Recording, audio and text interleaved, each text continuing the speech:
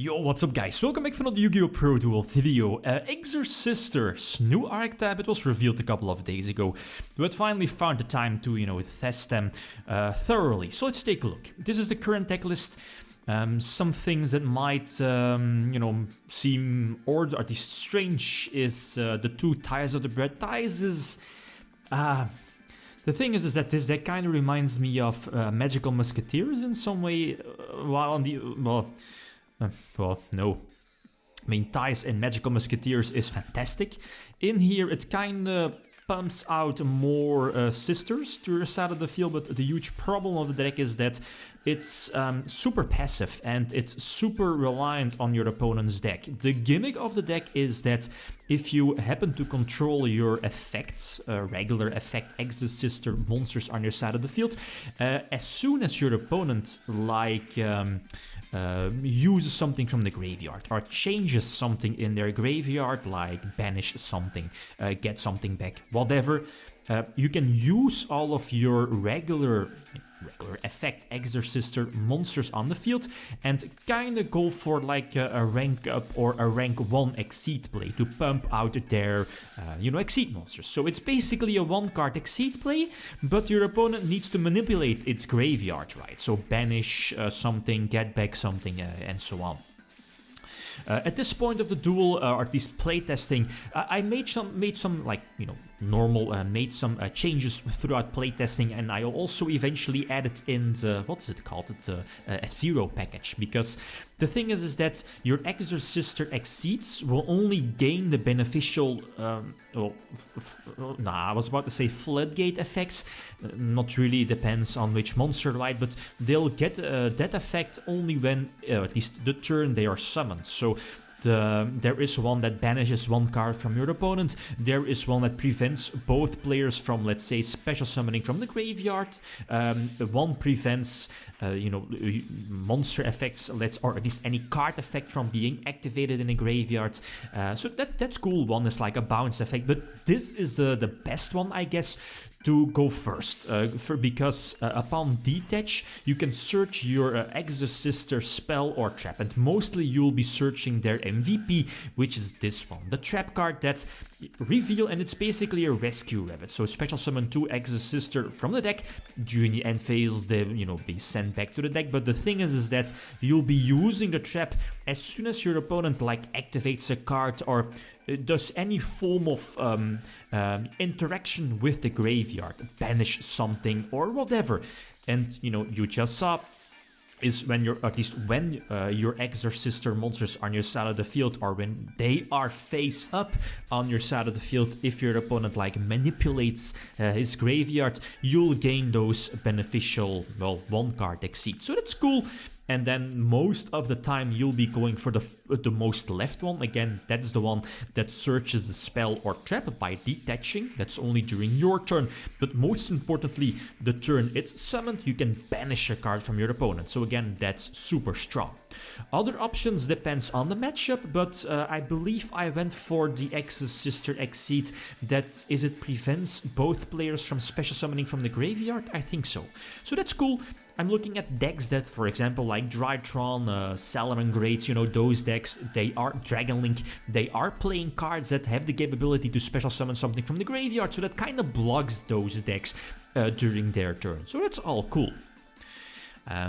Other options, one of their Exceeds kind of prevents players from using graveyard effects, so again, that's nice against a deck like Virtual World that definitely can come into play. Going second, I feel the deck was initially I thought the deck was quite weak going second, but the thing is that there are again decks that have the capability to manipulate their graveyard even during your own turn. So the thing is that you want to get your Exorcister monsters out as soon as possible, but the strategy is still very fragile because, like, at this point, I wanted to go for that one. Well, no, not. I want to go for like a rank 4 Exceed play. But, okay, your opponent is like, okay, you can banish stuff, but the thing is that, again, the graveyard was manipulated, so I can go for double, well, I guess it doesn't really matter too much. Nah, no, it does, because now I can go for, I'm not too familiar with their names, but it's the Straddles. So detach a certain Exorcister monster from the deck, and one of them is basically an extender. I believe it's Elise, so basically a free special summon from the hand to go for another rank 4 Exceed, and that's to go for, again, I'm not too familiar with the names, detach, search a spell and trap. Mostly you'll be searching the trap, plus banish something. So that's all cool. And here at at least in these duels, I was already running the F-Zero package. Because again, why not, right? Because the thing is that during your opponent's turn, your face-up Exorcister Exceeds won't do that much, as in nothing. So you can just go for at least clean some space, get more space on your side of the field, more monster zones, and go for your F-Zero package, right? So the deck is pretty straightforward.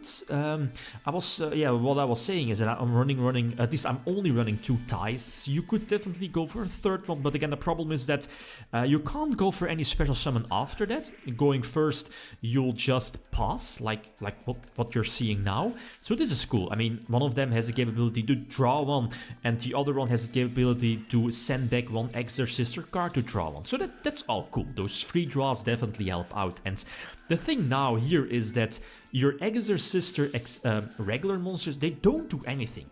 So, okay, so again, you're kind of forcing your opponent to maybe make awkward plays, to get some monsters on the field, maybe attack over them, because that's the problem, low attack stats, so your opponent can just attack over them without triggering them, again, without manipulating his or her graveyard.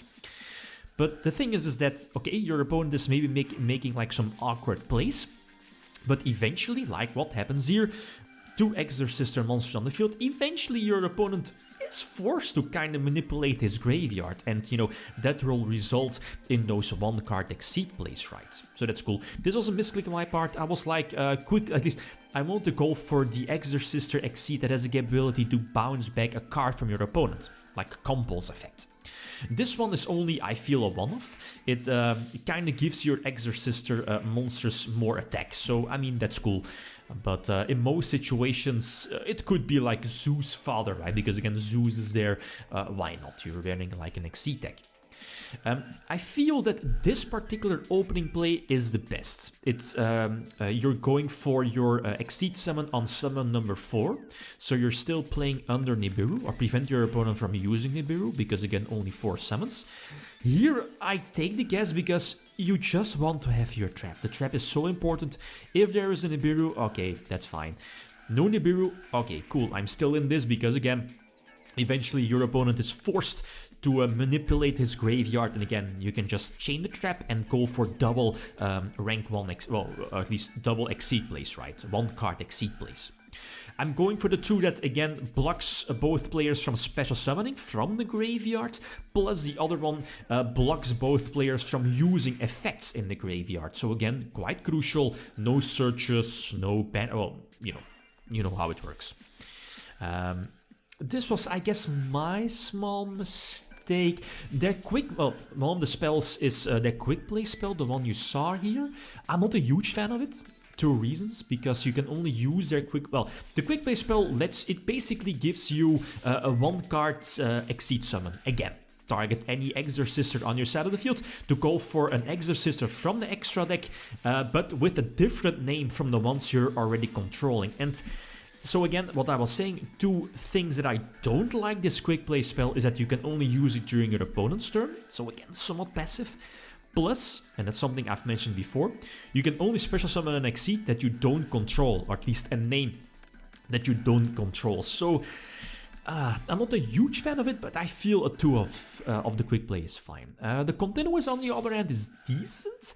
It kind of makes your Exorcister monsters like a mystical space typhoon. If your opponent like declares an attack, or if your Exorcister monster declares an attack, like what happens here, you can pop 1 spell or trap from your opponent. So that's cool. Plus, the continuous spell kinda acts like a prohibition, but only once per turn.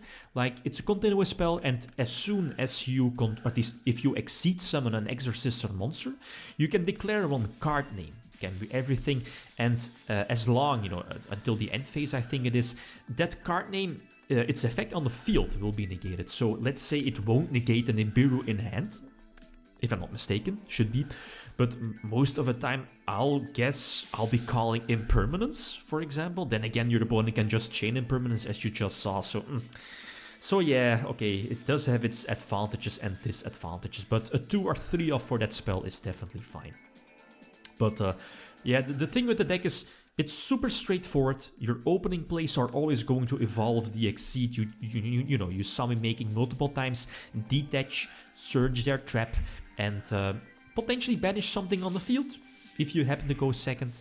If not, you pass because, again, you don't... Well, I mean, I've seen lists with Time Thief, for example, heavily relying, or Utopia, heavily relying on those rank 4 Exceeds. But the thing is that, that's cool, that's gimmicky, and I'm not a huge fan of it because you'll just be playing into Nibiru. There's no reason to do that, right? So I'm not a huge fan of it. Playing pure, a couple of Beast editions, as you just saw, like the Gigabyte, for example.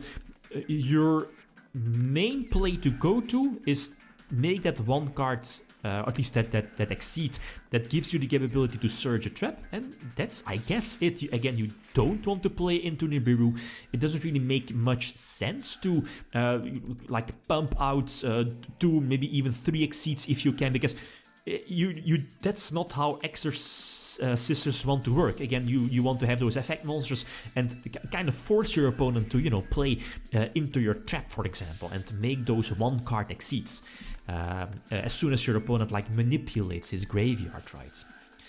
But again, the biggest reason why I'm not a huge fan of like more clowns or more Trick Clown, Head Tricker, more Utopia package, or whatever, is that, again, you don't want to play into Nibiru. Yeah, those beast ones are just there because you just want to make this one your Exceed. Again, Detach, Surge a Trap, and go from there. The thing, and that's the biggest weakness, I guess, of the deck, is that it's super, super passive. It's super reliant on your opponent's deck, and as you just saw, if your opponent knows how to play around them, like just attack into them, for example, or not use their graveyard effects, for example, or manipulate this graveyard at all, and not play into the trap, it's not that great of a deck.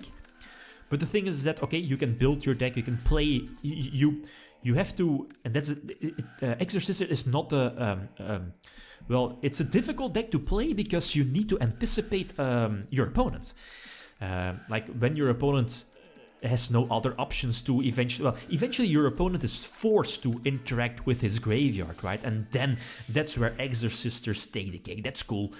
But there are decks that, you know, just have the capability to play around that, and that's where Exorsisters kind of are lackluster. So let's say something like maybe a field spell? Yeah, something like that gives your Exorsisters the capability to, or to like 1-card Exceeds, but not be too dependent on your opponent, right? You know what I mean? Something like an Artifact Durandal, right? That makes your opponent's monsters or your opponent's effects so that, you know, it will makes it, or at least these effects will trigger that, or let's say if you manipulate your own graveyard or you manipulate your opponent's graveyard, you'll trigger your Exorcister effects, right? So that's the thing. So not being super reliant on your opponent. That's what I wanted to say. But I mean, it's cool. It's a cool archetype. It's a nifty archetype, but definitely needs more support to, you know, be somewhat competitive. Okay, guys, that's it. Thanks for watching. Feel free to leave a comment or like if you enjoyed the video. League, I'm signing out. Peace.